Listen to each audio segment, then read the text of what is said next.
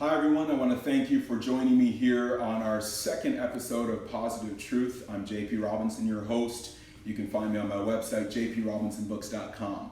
So today what we want to look at in our discussion on Positive Truth, overall in Positive Truth we're focusing in on how to remain positive during difficult times. Our focus today is how do we remain positive in a divided society.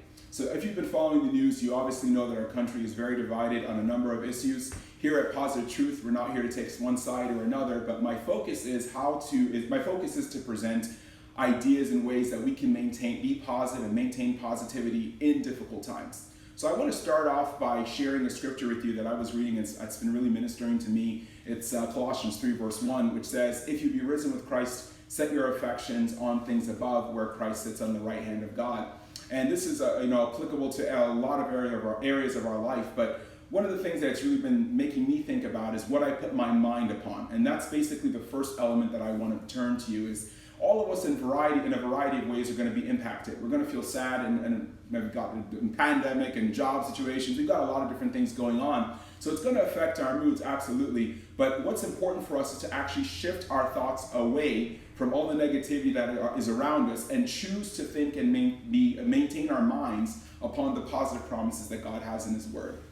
The positive promises and messages that are there for us, and really positive things in life in general, that we turn our thoughts away from dwelling on the negative that's staring in our Twitter feed or on our cell phones and the news media and the newspapers all around, and literally make the choice to shift our thoughts to things that are wholesome, pleasant, agreeable, and really stem from the Word of the Lord. So I wanted to share that with you as a first approach to maintaining positivity in a divided society. And the second is a lot more personal. The second is actually a story that I want to share with you. And it's actually kind of hard. It's my story, so it's kind of hard to share. You might think as an author, we love sharing stories, and we do, but we tend to share other stories instead of our own sometimes. So for me, this story I'm about to share, I hope it will help you see how, from a hands-on approach, how we can maintain positivity. So when I was a kid, I went to a couple different schools, and one of the ones I went to was a school in New York. It was a very strong white-dominated school. I obviously am black, and there were a lot of difficult situations that came along throughout the years I was there. Especially at that time, we didn't really have a lot of the kind of what we quote cultural sensitivity, I guess, that we talk about now. And I recall distinct times where a kid would get up and say, get out of here, black kid, we don't want you here, and the teacher wouldn't do anything about it, and that kind of stuff.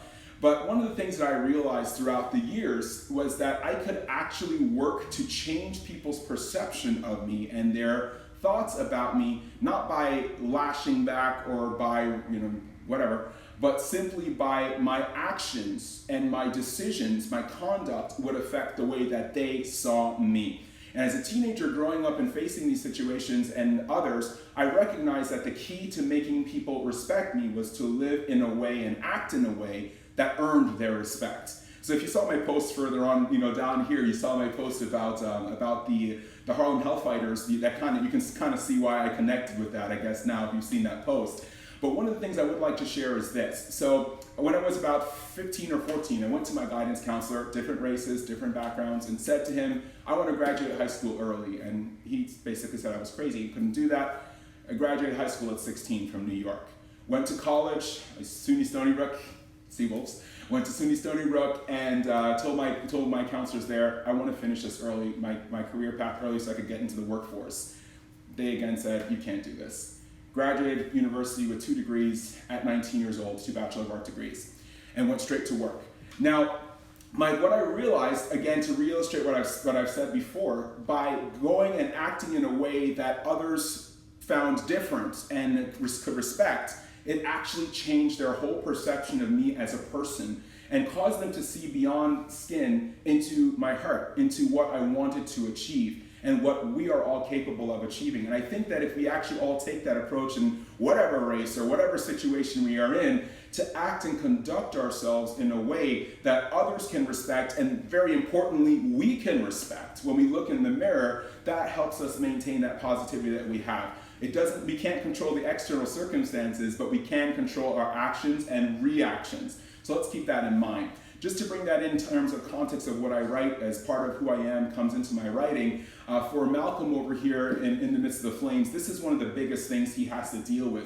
he's, the returning prodigal, but how does he regain the respect of his wife when his marriage is breaking? His relationship with his father has been totally messed up, and people who depended on him felt betrayed. So how does he make those choices in his own divided society, which Europe was very divided, obviously, during the World War 100 years ago? How does he make these choices to rebuild his positive image? And so as the story goes along and we see these things, you can kind of better understand how what I've said today translates into story form. So I want to share those two things with you. We'll close out with that. Number one, just keep your mind on the right things. Number two, act in a way that you feel positive about yourself and others can respect you. With that being said, I hope you have an awesome day. Keep positive, keep safe, and God bless.